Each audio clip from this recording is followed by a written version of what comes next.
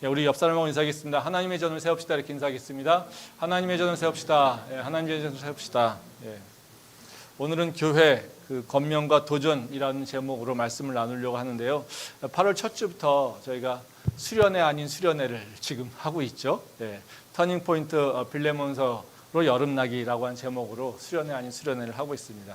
그래서 지난주에는 저희가 첫 주에는 빌레몬서의 개관을 그냥 유튜브를 통해서 봤고요. 또 지난주에는 그 죄와 용서라고 하는 관점에서 빌레몬서를 살펴봤습니다. 빌레몬서에서 드러난 그 죄와 용서의 특징을 다시 한번 돌아보면요. 바로 그 죄에는 반드시 대가가 있다고 하는 것이고요. 그 대가를 우리가 기억하면서 복음도 이해하고 삶도 생각해야지 된다는 겁니다. 우리가 은혜로 구원을 받았습니다. 그래서 다시 말하면 아무런 대가를 치르지 않고 우리가 죄를 용서받았다는 것이죠. 그래서 우리가 빠져버릴 수 있는 그 부작용, 유혹은 뭐냐면요. 바로 공짜로 받았다는 겁니다. 그래서 우리가 죄의 분명한 대가를 치렀는데도 불구하고 우리가 치르지 않아서 그 죄의 대가를 기억하지 못할 때가 많다는 거죠. 바로 예수님의 그 십자가에서의 죽음, 그 희생이 바로 우리의 죄의 대가를 지불한 건데 우리가 직접 지불하지 않아서 그 죄의 대가를 모른다는 겁니다. 그래서 그런데 하나님께서는 그 죄의 대가를 우리한테 직접 지불하게 하신다면 우리가 감당할 수 없죠. 우리는 죽음을 이겨낼 수가 없습니다. 그렇기 때문에 하나님께서는 우리를 대신해서 예수님을 보내주시고 그 예수님이 우리를 위해서 그 십자가 달려 죽으심으로 우리의 죄를 다 사해 주셨다는 겁니다. 그래서 우리에게 구원을 하셨습니다. 근데 문제는 우리가 그렇게 구원받아서 죄의 대가를 잘 모르고 있으면서 또 생활을 합니다. 근데 이런 그 삶의 그 구원의 삶을 살아가다 보면 우리가 또 이제 고난과 환난을 경험하게 됩니다. 근데 고난과 환난이 여러 가지 이유에서 오지만 또 중요한 한 이유는 우리가 죄를 짓고 있기 때문에 그렇다는 거죠. 그 죄의 대가가 우리 삶 속에서 어찌 보면 치루어지고 있다는 겁니다. 그때마다 우리는 계속해서 하나님 나한테 왜 그러십니까? 하나님 이렇게 야속하십니까? 이렇게 얘기를 하는데 사실은 그 부분도 우리가 이해를 할 필요가 있다는 겁니다. 우리가 만약에 어떤 죄를 지었든지 간에 하나님이 우리한테 대가를 지불하지 않고 예수님의 십자가로 모든 걸 다 끝내버렸다면 우리 삶 속에서 그걸 느끼지 못하겠다면 우리는 죄가 얼마나 무서운 건지 그 죄의 무게를 느끼지 못한다는 겁니다. 그래서 바로 죄를 모를 때 정의로 의로움으로 나가지 못한다는 거죠. 그래서 우리한테 바로 그 하나님께서 때로는 죄를 통해서 그 대가 또는 고난이나 환난이라고 하는 것을 경험하게 하는 것은 하나님이 우리를 싫어해서 우리를 미워해서 우리를 징벌적으로 뭔가를 하시려고 하는 것이 아니라 우리에게 그걸 통해서 죄의 대가를 알게끔 하시는 겁니다. 그 죄의 무게가 얼마나 큰 것인지. 그래서 우리는 그렇게 될 때 죄에 대해서 경각심을 갖게 되고 하나님에 대한 경외심을 갖게 되고 또 그 경외심이 다시 예수님의 은혜로 우리가 변화하게 된다는 겁니다. 그게 진짜 믿음의 선순환이죠. 그래서 그것이 바로 우리 삶 속에서 일어나야 된다는 것입니다. 그래서 빌레몬서를 통해서 사도 바울이 바로 그 오네시모를 죄를 탕감해 주기를 원할 때 바로 그냥 탕감해 줘라 라고 하는 것이 아니라 그 죄의 대가를 내가 지불하겠다 라고 얘기한다는 것입니다. 그래서 그 바울이 빌레몬과의 그 관계 속에서 그 오네시모를 구원하는 과정, 이 과정 속에서 바로 그 드러내주는 건 뭐냐면 죄에는 반드시 대가가 있고 누군가가 그것을 지불해야 된다. 그리고 사실은 그것이 예수님을 통해서 우리에게 지불받았고 또 그리고 우리도 그것에 대한 경각심과 그 중요성을 알고 있어야 된다는 것을 빌레몬서에서 얘기하고 있다는 겁니다. 오늘 저희가 나누려고 하는 말씀은 뭐냐면요. 바로 빌레몬서를 공동체성, 특히 교회 공동체의 관점에서 생각해 보려고 합니다. 바로 그 빌레몬서에서 드러나고 있는 교회의 공동체의 특성이 뭔가 이런 걸 생각해 보려고 합니다. 사실 빌레몬서를 통해서 공동체에 대한 교회 공동체에 대한 얘기는 사실 많이 연구가 됐습니다. 또 많이 설교도 돼 있습니다. 그래서 가장 많이 인식하고 있는 해석하고 있는 말씀은 뭐냐면요. 모든 사람이 교회에서는 평등하다 이겁니다. 이게 빌레몬서를 통해서 많이 알려진 말씀입니다. 말씀 한번 보도록 하겠습니다. 빌레몬서 1장 16절과 17절 말씀입니다. 이후로는 종과 같이 대하지 아니하고 종 이상으로 곧 사랑받는 형제를 둘 자라. 내게 특별히 그러하거든 하물며 육신과 주 안에서 상관된 내게랴. 그러므로 내가 나를 동역자로 할진대 그를 영접하기를 내게 하듯 하고. 이 말씀은 바울이 빌레몬에게 요청하는 내용이죠. 바울은 빌레몬에게 오네시모를 종이 아니라 형제로, 그리고 바울의 동역자로 빌레몬은 동역자로 대우하라고 얘기합니다. 그래서 이 말씀 통해서 우리가 많이 다룬 내용은 교회 안에서의 평등입니다. 오네시모는 노비의 신분입니다. 그러니까 종의 신분이죠. 그리고 빌레몬은 귀족의 신분입니다. 로마 시민자입니다. 그러니까 다시 말하면 로마 시민자 그리고 종, 이 자를 바울은 뭘 하라고 얘기하냐면요, 바로 형제로 대우하라고 하고 우리의 파트너로 동역자로 얘기하라고 하는 것이죠. 분명히 세상적으로는 신분이 다릅니다. 근데 교회 안에서는 모두가 예수 그리스도 안에서 한 형제요 한 자매로 그 앞에선 동일하다라고 하는 것을 얘기하고 있다는 것이죠. 그래서 이 빌레몬서를 얘기할 때마다 한국의 초대교회인 전북김제에는 바로 기역자 교회라고 하는 것입니다. 금산교회 뭐 이렇게 얘기를 하는데요. 그 스토리가 되게 같이 그 이야기가 됩니다. 그 양반과 노비 그리고 남자와 여자 이게 구분된 사회. 그래서 교회 모양이 기역자로 되어 있습니다. 남자와 여자, 그렇죠?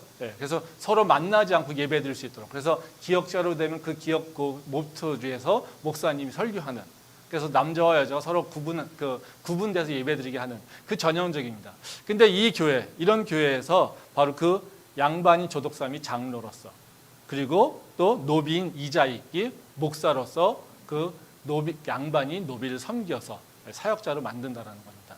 그래서 이 빌레몬서가 그대로 이루어진 것이 바로 그 김제교회, 김제 금산교회, 기역자교회의 얘기입니다.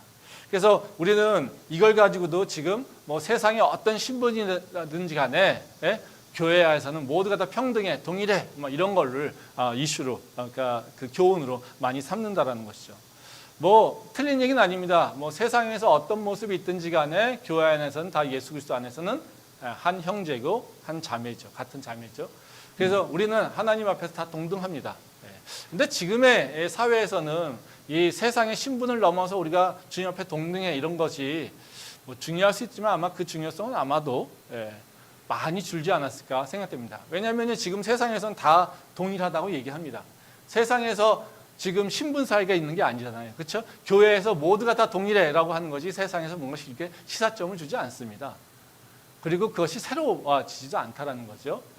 그래서 이런 해석은 사실 그 신분 사회가 있는 상태, 그리고 신분의 그 계층이 되게 폭이 그 관계 격이 넓어서 바로 교회 안에서 그 신분의 차이로 인해서 뭔가 다툼이 일어날 때는 바로 그것을 기억하는 것이 되게 중요한 것입니다.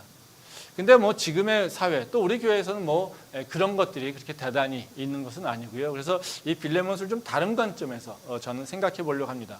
이 빌레몬서에서 제가 바라보려고 하는 것은 뭐냐면요, 바로 이 바울이 빌레몬에게 부탁하는 모습, 그리고 그 부탁을 받아들이는 모습, 이 모습을 통해서 보려고 합니다. 왜냐하면 이 빌레몬서의 핵심 내용은 뭐냐면 바울이 빌레몬에게 부탁하는 내용입니다. 그래서 이 편지는 뭐 다른 복음에 대한 얘기를 하고 있는 것이 아니라요, 복음의 기초에서 바울이 빌레몬에게 요청하거나 또 부탁하거나 아니면 권면하는 그런 얘기라는 것이죠. 그래서 여기서 우리가 두 가지 중요하게 봐야 될 것은 뭐냐면요, 그 바울이 빌레몬에게 부탁하는 내용이 뭔지, 그리고 부탁하는 방식이 어떤 것인지, 이것에 초점을 맞춰볼 수 있다는 거죠. 한번 말씀 보도록 하겠습니다. 빌레몬서 1장 16절 말씀입니다. 이후로는 종과 같이 대하지 아니하고 종 이상으로 곧 사랑받는 형제로 둘자라 내게 특별히 그러하거든 하물며 육신과 주 안에서 상관된 내기랴. 이 말씀은 바로 그 빌레몬에게 부탁하는 내용입니다. 그러니까 오네시모를 받아들여라. 근데 종 이상으로 사랑받는 자, 형제로 들어가고 얘기하고 있고요. 그러면서 또 뭐라고 하냐면요, 하물며 육신과 주 안에서 상관된 내게랴. 즉 영과 육이 바로 통합돼야 된다라고 하는 그 관점에서 얘기를 하고 있습니다. 그래서 그 오네시모가 우리가 육의 관점에서 보면 틀려. 근데 우리는 영적으로 우리는 한 형제자매야. 그러니까 영이 바로 육을 통솔하고 있는데 그 영적으로 우리가 한 형제자매니까 육도 한 형제자매로 우리는 행동해야 돼라고 하는 것을 얘기하고 있습니다. 그래서 이 내용이고요. 그리고 그러면 질문하는 방식을 보면요, 빌레몬서 1장 8절 말씀 보겠습니다. 이러므로 내가 그리스도 안에서 아주 담대하게 내게 마땅한 일로 명할 수도 있으나 예. 여기 보면 바울이 명령하는 방식을 얘기합니다. 담대하게 명령할 수 있으나 부탁한다라는 거죠. 예. 그러니까 이게 참 재밌는 게 뭐냐면요. 앞절에 우리가 앞에서 바라봤던 16절 말씀, 그 부탁의 내용을 보면요. 사실은 이게 되게 충격적인 얘기입니다. 이 당시로 보면요. 그러니까 빌레몬의 입장에서 보면은 아주 죽일 놈이죠. 그러니까 재산상의 손해를 비고 또 주인을 배신한 자예요. 그러니까 아주 죽을 죄를 진 사람입니다. 근데 그 자를 아무런 이유 없이 그냥 탕감해주고 그냥 용서해주는 것을 넘어서 형제로 받아들여라. 형제를 넘어서 동역자로 취급해라. 그리고 사랑하는 형제로서 대우해라. 그 이상으로. 뭐 이렇게 얘기를 한다는 겁니다. 이 질문의 이 요청의 내용이 어때요? 사실 빌레몬 입장에서는요, 되게 받아들이기 어려운 거 아니겠습니까? 네? 되게 어려운 내용이에요, 이거는. 그러니까 일반적인 상식이라고 하는 범위를 벗어나는 내용을 지금 바울이 요청하고 있어요. 그럼 어때요?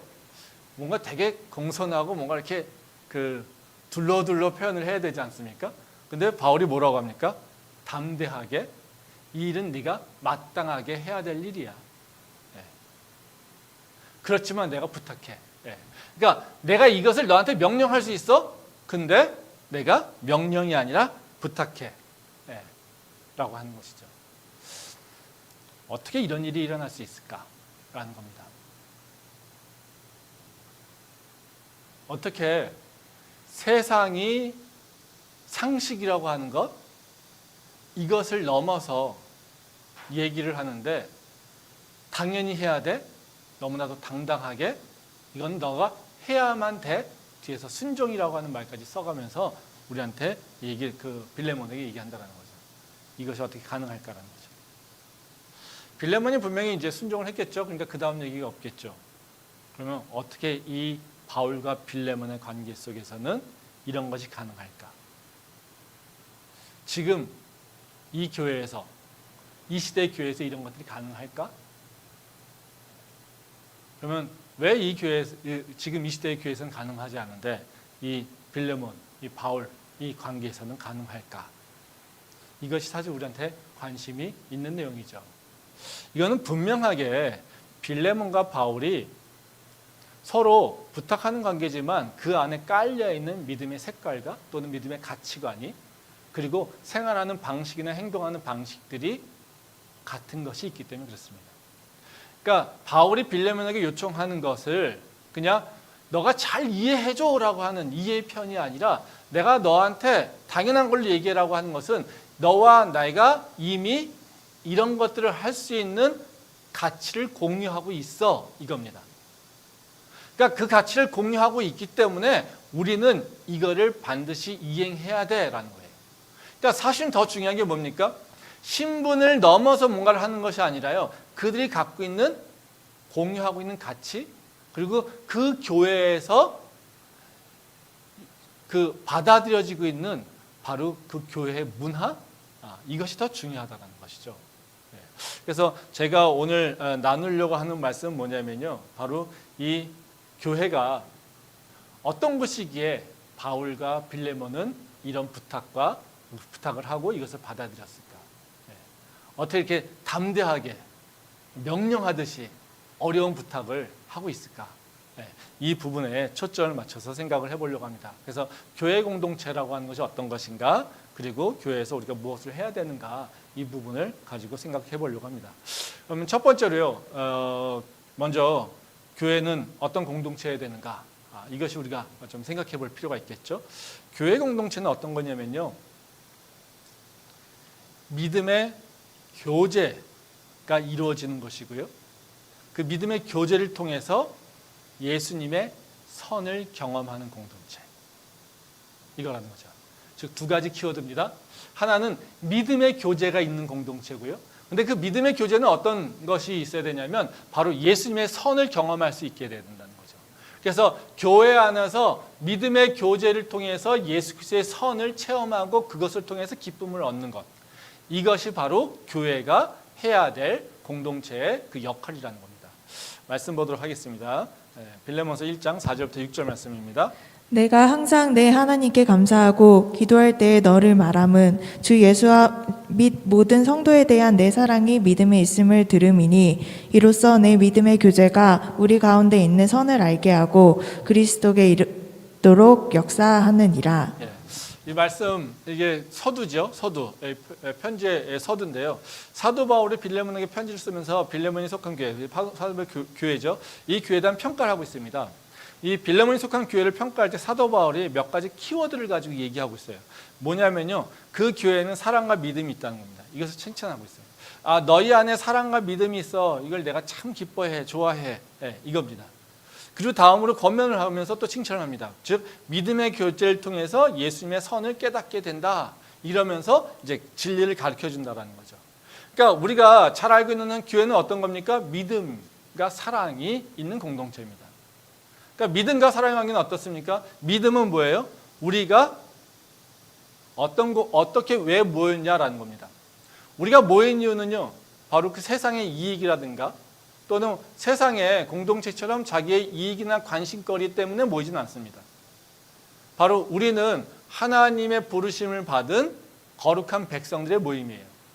그래서 예수님을 하나님의 아들이요 우리의 구원주라고 믿음으로 고백하는 공동체예요. 그래서 예수 그리스도를 나의 구주라고 시인하는 자들이 모인 것, 그것을 믿고 있는 자들이 모이는 것이 바로 이 교회입니다. 그래서 나는 독서가 좋아, 나는 문화가 좋아, 나는 찬양이 좋아, 나는 노래가 좋아, 나는 뭐가 좋아, 관계성이 좋아, 교회니까 뭐가 있으니까 좋아, 이래서 모이는 것은 교회가 아니에요. 취미가 있거나 거기 가니까 좋은 사람이 있으니까 이래서 모인 곳은 교회는 아니에요. 그런 것이 이끌어가는 것은 교회가 아닙니다. 교회의 가장 근본은 뭐냐면요, 바로 하나님이 우리의 창조주시며 바로 그의 아들 예수께서 우리를 구원하셨어요. 그리고 그분의 영이신 성령님께서 우리를 지금도 인도하시고 이끌고 계세요. 그래서 나는 그 믿음 가지고 살고 있는 거예요. 이것을 고백하는 사람들이 모인 것이 바로 교회예요. 근데 이 교회의 이런 믿음의 그 기초죠. 교회가 생겨난 것이 바로 믿음의 기초입니다. 근데 이 교회가 이 믿음 속을 가지고 행동하는데, 그러면 이걸 통해서 하나가 되는데 이것이 어떻게 하나가 되느냐? 다른 것이 아니라 사랑이라는 거예요.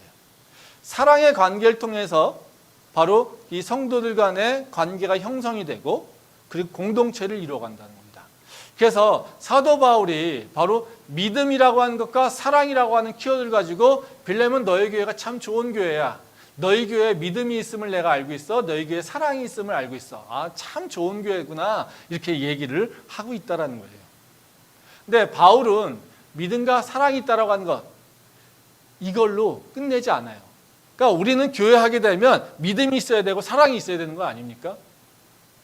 아, 교회가 믿음이 있어야지. 아, 그러니까 언제나 기도해야지. 언제나 예배드려야지. 언제나 뭔가 찬양해야지. 뭔가 거룩한 형식이 있어야지. 이걸로 얘기하는데요. 사도 바울은 거기에 머무르지 않아요.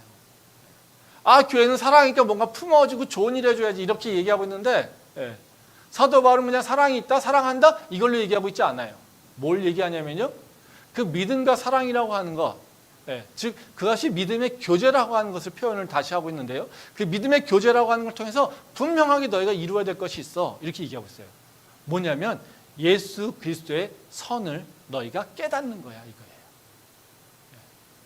너희가 기쁨으로 하는 것이, 기쁨만 얻는 것이 아니라 그 믿음의 교제를 통해서 예수 그리스도의 선을 깨닫고 예수 그리스도에 이르게, 다시 말하면 예수 그리스도를 닮아갈 수 있게끔 하는 것, 이것이 바로 교회라고 얘기를 하고 있다는 거예요.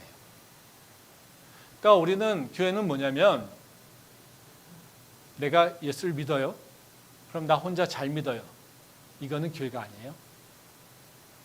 진짜 교회는 내가 잘 믿어요. 그러니까 내 형제, 자매들과 관계를 맺는 거예요. 사랑의 관계를 맺는 거예요. 그러니까 사랑의 힘으로, 사랑 안에서 사랑의 능력으로 우리는 행동하는 거예요. 그리고 뭐를요? 그걸 통해서 내 이익이나 내 기쁨이나 내 즐거움을 찾는 것이 아니라 하나님의 선하심을 내가 경험하는 거예요. 그리고 그 하나님의 선하심을 경험함으로써 우리는 예수님과 더 가까워지는 거예요. 즉 우리가 잘 알고 있는 말로 얘기한다면요, 믿음의 교제를 통해서 우리가 자연스럽게 성화가 일어나는 거예요. 교회는 모든 성도들이 성화되는데 도움을 줄 수 있는 것이 바로 그런 공동체가 교회라고 하는 것을 우리가 알고 있다는 거죠.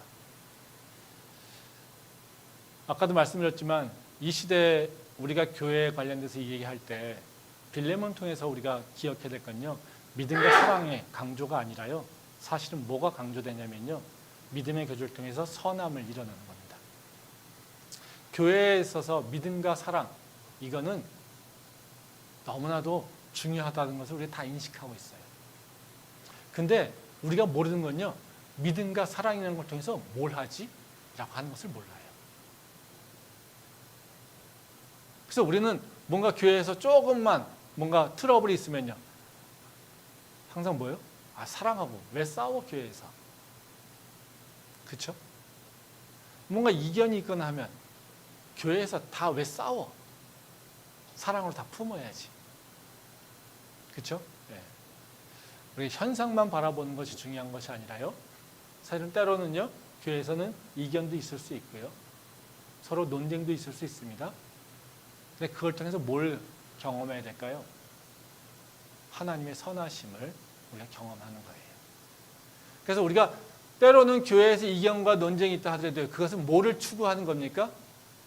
예수 그리스도의 선이 무엇일까를 찾아가는 거예요.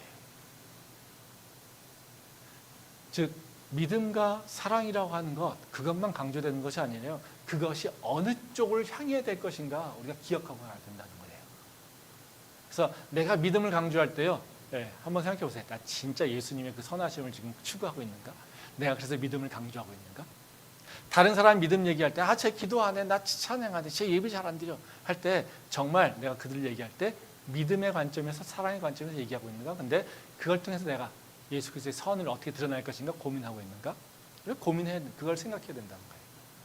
그래서 예수 그리스도의 선하심, 그 선함을 우리가 기억하면서 믿음과 사랑이라고 하는 것을 꼭 다시 생각해 볼 필요가 있다는 거예요. 근데 문제는 뭐냐면요, 믿음의 교제가 어떻게 이루어지는가, 이것에 대해서 잘 모른다는 거죠. 믿음도 알고요, 교제도 알고 있어요. 근데 이게 어떻게 실천하지? 이런 거에 문제죠. 그렇죠?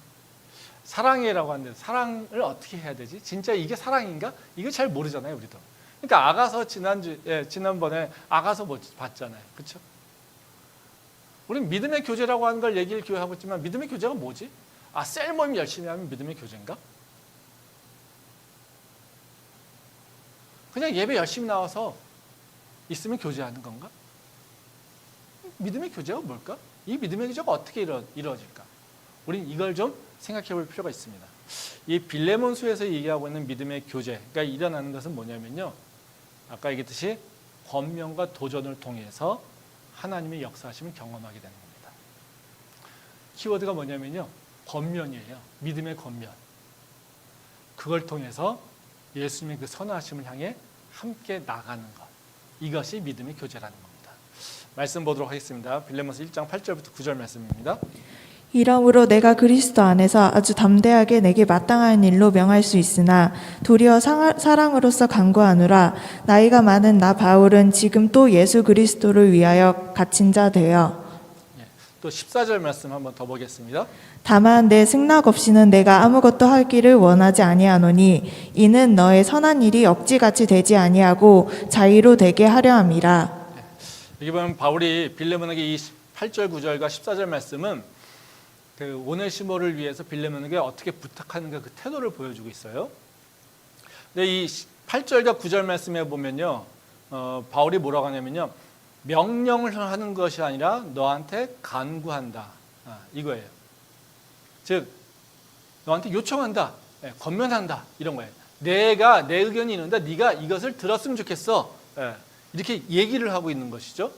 그래서 명령이 아니라 해라고 하는 것이 아니라 네가 이렇게 해줬으면 좋겠어 라고 얘기한다는 거예요. 그러니까 지금 이거는 우리나라 말로, 우리의 말로 얘기한다면 권면이에요, 권면. 너가 이게 좋은 일이니까 이렇게 해줬으면 좋겠어, 이런 얘기예요. 근데 이것을 또 왜 권면으로 얘기하냐면요, 14절에 보면 뭐라고 얘기하냐면 그 선한 일이 억지 같지 않고 너의 자의로 일어나기를 원한다. 그러니까 선함이 누가 시켜서 선한 일을 하는 것이 아니라 너의 안에 있는 선함이 드러나기를 원한다는 거예요.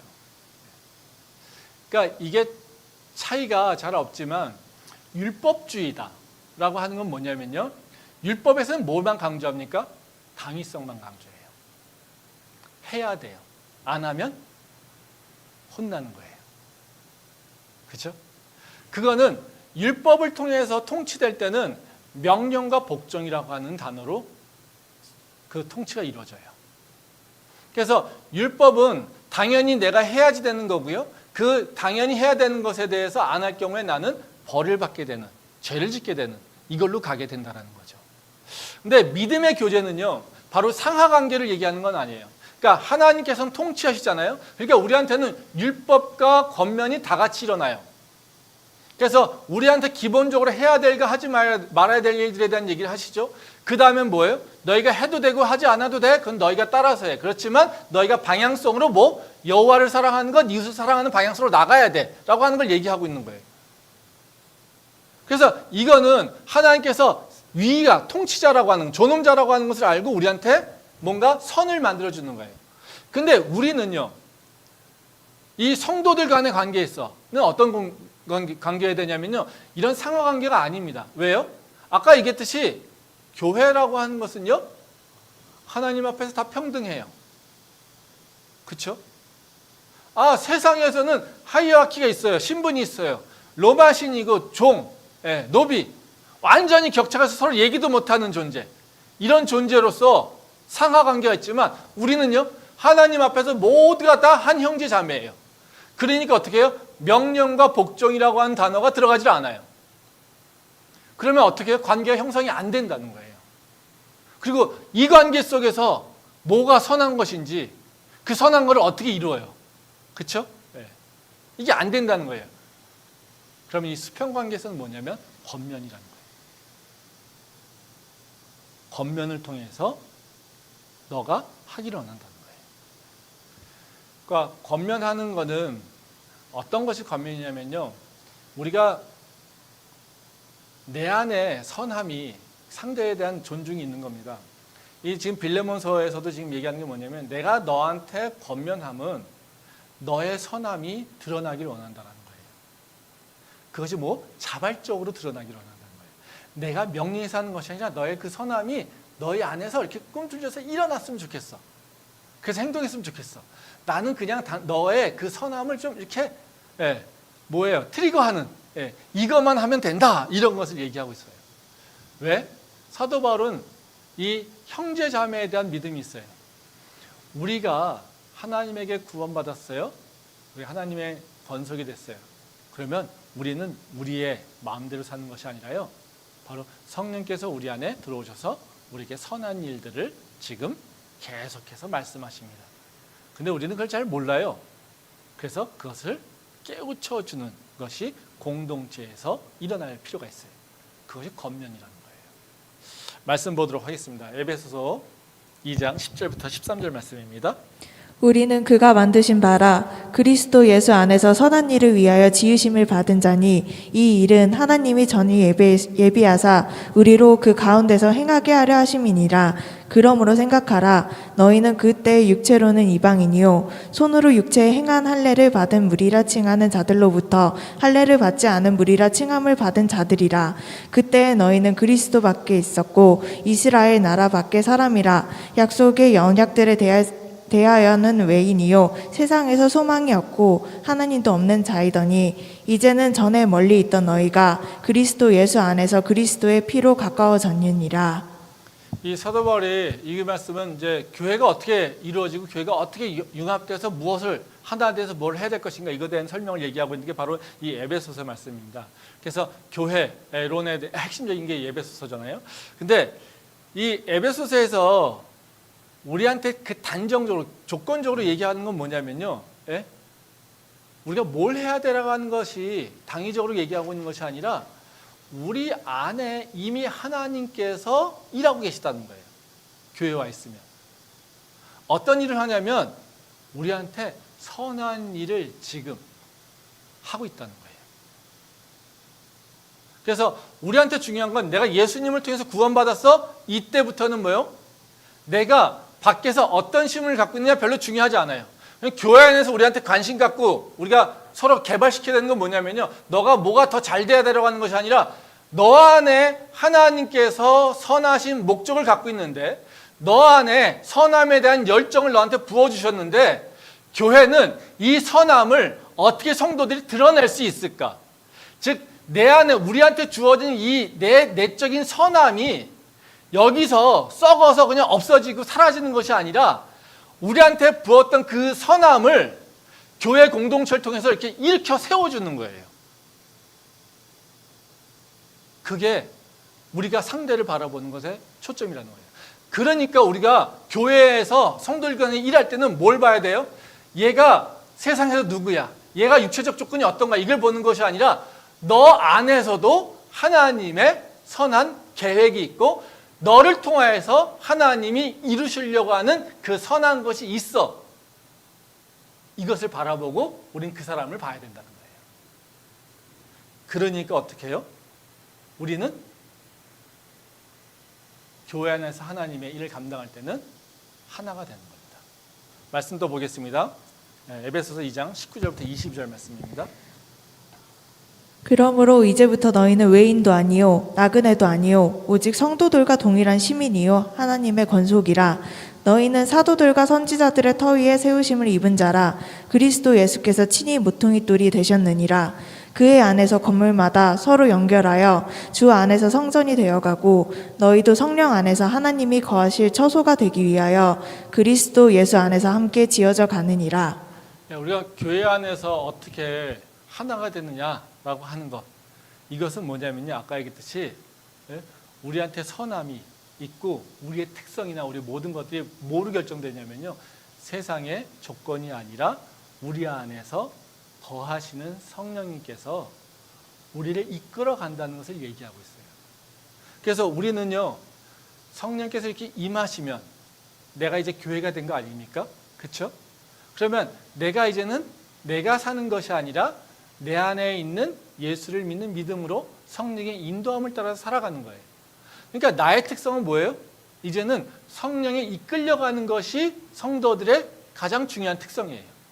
나머지 것은요, 별로 중요하지가 않아요.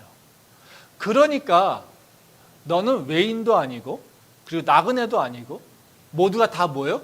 동일한 시민이요 하나님의 권속이라는 거예요.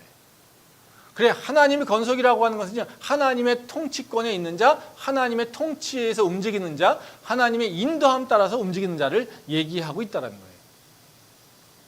그래서 그렇게 인도함을 받을 때 어떻게 해요? 서로 관계 맺어지고 그리고 그걸 통해서 더 거룩한 성전으로 거듭나게 된다라고 하는 것을 얘기하고 있다는 거예요. 이 말씀은 지금 사도 바울이 빌레몬에게 왜 오네시모를 용서하라고, 그리고 형제로 받아들이라고, 그리고 동역자로 대우하라고 얘기하는 이유입니다.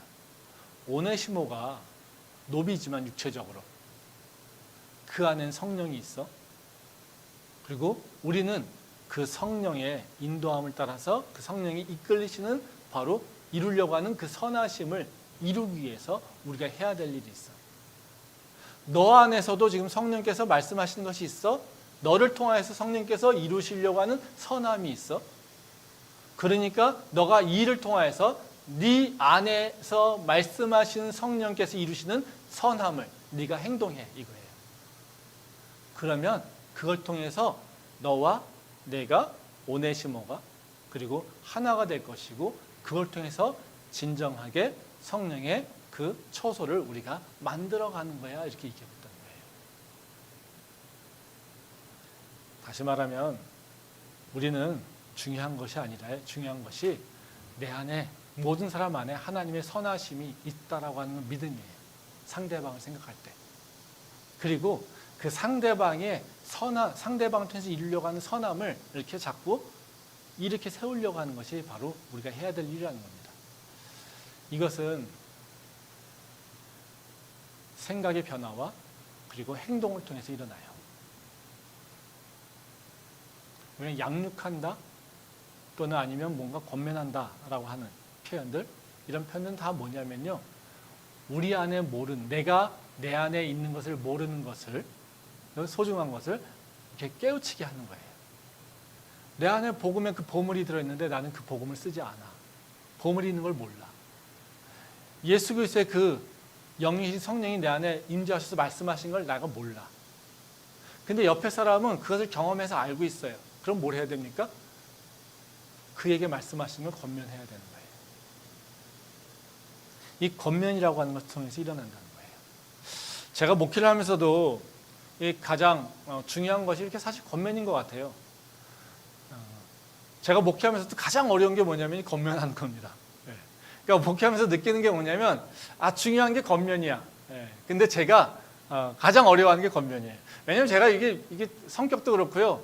뭐 제가 이제 선생이다 보니까 뭐 이렇게 권면하고 부탁하는 거를 잘 안 해요. 제 성격도 뭐 저 같은 경우는 이제 제 개인적 성향이 뭘 부탁을 해, 그냥 내가 해버리지, 뭐 이런 성격이 좀 강해요, 저는요. 귀찮게 뭐 누구한테 부탁을 해. 뭐 이런 권면이라고 하는 또 다른 표현은 부탁이잖아요, 그렇죠? 뭔가를 누구를 통해서 해야지 되니까. 그럴 바에 내가 해버리지. 근데 내가 하는 거는, 일을 이루는 거는 문제가 없어요. 근데 뭐가 문제일까요? 다른 사람이 성장이 안 돼요. 그러니까 다른 사람이 하나님을 경험하게 하는데 어려움이 있다는 거죠. 그러니까 목회자는 사실 교회 일을 하는 게 중요한 게 아니라 성도들의 성장을 자꾸 이제 인크루지 해야 되고 그걸 이렇게 끌어내야지 되는 건데, 근데 제가 사회에서 뭐 일을 하고 또 사회에서 뭐 하던 방식대로 자꾸 이제 습관이 있으니까 뭐 하다 보면 우리가 하지 뭐, 내가 하지 뭐, 이렇게 하는 경우가 참 많아요. 근데 그거를 지나고 보니까요, 뭐가 문제냐면 저는 은혜를 받는데 일하지 않는 성도들은 몰라요. 그러니까 하나님의 선하심이 우리 눈에 보이지 않잖아요. 그렇죠? 그러니까 하나님의 선하심을 깨우쳐 알게 한다. 믿음의 교주를 통해서 이렇게 얘기하고 있는데, 그 믿음의 교주를 통해서 하나님의 선하심을 아는 건 뭐냐면요, 내가 믿음으로 하나님을 향해 내가 한 걸음 나갈 때, 도전할 때, 그걸 통해서 예수님께서 나와 함께 하시고 나를 통해서 역사하신다는 걸 알게 되는 거거든요. 그래서 내가 기대하지 않았지만, 내가 예상하지 않았지만, 내가 그냥 믿음으로 한 걸음 뛰었더니 이런 역사가 일어나네? 라고 하는 것을 경험함으로 하나님의 선하심을 내가 경험하게 되는 거거든요. 그래서 그런 경험이 쌓이고 그러다 보면 그것이 나한테 더 공고한 믿음이 되는 거예요. 근데 제가 솔직하게 뭐 여러 가지를 뭐 반성을 하는데, 근데 제가 사실 목회하면서 굉장히 잘 못하는 게 뭐냐면 부탁이에요. 그래서 결과는 저는 되게 힘들어요. 일을 하니까 부탁해, 뭘 해, 내가 해버려. 그러니까 저는 또 일하는 만큼 힘들 만큼 또 사실 뭐 은혜도 많이 받아요. 사실 되게 은혜도 많이 받아요. 하나님 살아계신 걸 체험하고, 역시 하나님 살아계시네요, 이러고 이런 은혜도 많이 받아요. 근데 문제는 뭐냐면요, 성도들하고 간증을 통해서만 그걸 교류하는데, 간증은 사실 한계가 있어요. 내게 안 되는 거죠. 남의 것이 되는 거죠. 지금 사도 바울이 빌레몬에게 하고 있는 일은 뭐냐면요, 하고 있는 믿음의 교회는 뭐냐면요, 내가 너한테 명령하라고 하면 너가 그냥 수동적으로 할 거야. 이건 하나님의 선하심을 경험하는 것이 맞지 않아, 이거예요. 그래서 내가 너한테 부탁해. 너가 도전해봐.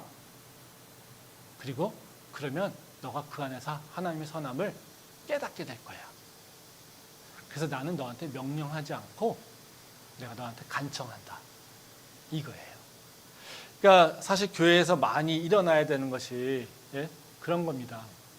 권면과, 그리고 권면을 들은 사람의 자의적, 자발적 참여를 통해서 일어나게 되는 거예요. 저희 교회가 지금 부교육자가 없습니다. 거의 1년이 돼가고 있는데요. 이렇게 한 이유는 뭐 그냥 부교육자를 청빙하지 못해서라고 하는 건 아닙니다. 청빙하려면 뭐 청빙 벌써 다 했습니다. 근데 부교육자 없이 이렇게 하는 것은 우리 교회가 본질적으로 우리 교회 특성이 뭘까라고 하는 것을 다시 한번 우리가 기억하기 위해서 사실 부교육자를 지금 안 뽑고 있습니다. 저희 캠퍼스 열매에서 교회에 있어서 가장 중요하게 여기는 건 뭐냐면요, 바로 성도가 참여하는 거예요. 우리가 소스입니다. 우리 핵심 가치의 W는 워킹 처치예요. 일하는 교회입니다. 성도가 하나님의 일에 참여함으로써 그것을 은혜를 누리는 거예요. 일하지 않으면 대가도 없어요. 즉 받는 축복도 없어요. 일하지 않으면 하나님을 경험하지 못해요. 하나님의 일에 참여하지 않는데 어떻게 하나님을 알 수 있어요? 모르잖아요. 그러니까 하나님의 일에 참여함을 통해서 하나님과 동행하는 걸 경험하는 거예요. 그게 바로 우리가 얘기하는 워킹 처치예요. 근데 그 참여가 어떻게 되냐면요, 강제로 하는 것이 아니라 자발적 참여예요. 지금 우리 교회뿐만 아니라 한국 교회가 갖고 있는 문제가 뭐냐면요, 교육자와 성도들 간의 관계입니다. 지금 많은 교회들이 기획실을 갖고 있어요. 다 목회자들이 중심됩니다. 그래서 교회가 어떻게 되냐면요, 일은 목회자가 해요. 그리고 그 서비스를 통해서 성도들은 평안을 누려요. 이런 모습으로 바뀌었어요. 그래서 교회가 기업의 모양입니다. 교육자들은 성도가 은혜 받을 수 있도록, 교회에 와서 평안을 누릴 수 있도록 계속해서 그들에게 뭔가 좋은 서비스를 줘요. 연극 같은 예배를 만들고, 뮤지컬 같은 예배를 만들고, 나이트클럽 같이 뭔가 감성을 끌어올려가지고 찬양하고 난리칠 수 있도록 해서 뭔가 카타르시스를 경험할 수 있는 그런 예배, 이런 거에 굉장히 관심을 많이 갖고 있어요. 그래서 모든 사역은요, 교육자가 합니다. 그리고 성도들은요, 그 서비스를 공급받아서 기쁨을 얻어요. 평안을 얻어요. 카타르시스를 경험해요. 마치 공연장 가서 경험한 것처럼. 이건요, 교회가 아닙니다. 서비스 회사지. 바울이 빌레몬에게 지금 그렇게 했더라면요, 이렇게 대답하지 않아요. 이렇게 접근하지 않아요. 근데 바울이 빌레몬을 양육자, 동역자, 제자로 삼으면서 그들과 성장하기를 원하는 모습에서 지금 오네시모를 다시 도전으로 내놓습니다. 그것 핵심은 뭐냐면요, 네가 해. 네가 그 하나님의 선하심을 구하고 네가 그것을 해. 그리고 그 선함을 네가 경험하고 깨달아 알아, 이거예요. 그러니까 교회는 점점 감정적 변화는 있을지 몰라도 교회는 믿음의 교제를 통해서 하나님의 선하심을 깨닫는 교회는 우리가 보기에 자꾸 줄어드는 거예요. 이것이 살아나려면요, 오늘 얘기한 것처럼 두 가지가 필요해요. 믿음의 겉면이 있어야 되는 거고요, 또 하나는 자발적인 참여가 있어야 되는 거예요. 그것이 교회가 교회다워지는, 그리고 예수 그리스도를 닮아가는 그런 모습이라는 겁니다. 전 우리 교회가 그런 교회가 되길 원해요. 교역자가 기획하고 교육자가 서비스를 주는 교회가 아니라 성도들이 자발적으로 참여하고 성도들 간의 믿음의 교제를 통해서 그 선함을 경험하는 그런 교회가 될 수 있기를 소망합니다. 근데 마지막으로요, 이 문제는 뭐냐면 또 이런 권면을 얘기하고 부탁을 얘기할 때 항상 부작용이 있어요. 그럼 무조건 다 부탁하면 돼. 누굴 일시키면 돼. 그쵸? 뭐 이런 얘기 잘못하면 교육자들은요, 와서 네가 해. 이건 다 성도가 하는 거야. 우리는 다 그냥 기획자고 네가 다 경험하게 돼. 이런 교육자도 사실 있어요. 없는 게 아닙니다. 이건 또 잘못된 거죠. 그렇죠? 그래서 우리가 권면하고 부탁하거나 할 때, 교회에서 믿음의 권면을 할 때 주의해야 될 것이 있어요. 사도 바울은 여기서 분명히 얘기를 하고 있습니다. 권면할 때 우리가 먼저 생각해야 될 것이 있는 게 뭐냐면요. 바로 그 권면의 이익이 누구한테 돌아가는가 이걸 생각하고 해야 돼요. 내가 권면한다. 그래서 그 선함이 있다는 거죠. 그 선함이 누구를 위한 선함인가? 누구를 위한 이익인가? 이걸 꼭 생각해 봐야 된다는 거예요. 말씀 보도록 하겠습니다. 빌레몬서 1장 10절부터 14절 말씀입니다. 갇힌 중에서 낳은 아들 오네시모를 위하여 내게 간구하노라. 그가 전에는 내게 무익하였으나 이제는 나와 내게 유익함으로 내게 그를 돌려보내노니 그는 내 신복이라. 그를 내게 머물러 있게 하여 내 복음을 위하여 갇힌 중에서 내 대신 나를 섬기게 하고자 하나 다만 내 승낙 없이는 내가 아무것도 하기를 원하지 아니하노니 이는 너의 선한 일이 억지같이 되지 아니하고 자의로 되게 하려 함이라. 예, 또 17절 말씀 읽어주세요. 그러므로 내가 나를 동역자로 알진대 그를 영접하기를 내게 하듯 하고. 여기 보면 이 바울이 오네시모를 이렇게 그 빌레몬에게 추천하는 그런 모습의 과정을 보면 어떻게 되냐면요. 내가 오네시모를 이미 경험해 봤어. 근데 그가 무익한 자였어. 근데 이제 유익한 자야. 이걸 알게 된 거예요. 예? 그래서 여기 보면 뭐라고 하냐면요. 11절에 11절에 분명하게 그 오네시모를 받았을 때 어떤 이익, 그 사람이 어떤 누구에게 이익이 되는지를 얘기하고 있어요. 이전에는 내게 무익하였어. 이거예요. 근데 이제는 지금은 나와 너에게 유익해. 이거예요. 즉 오네시모를 통해서 행동하는 건 누굽니까? 빌레몬이에요. 그러니까 빌레몬이 선함을 행동할 때, 즉 오네시모를 형제로 받아들이고 동역자로 받아들일 때 누구한테 이익이 온다고요? 바울 통해서 바울뿐만 아니라 빌레몬에게도 이익이 온다라는 거예요. 그리고 또 뒤에 보면 뭐라고 하냐면요.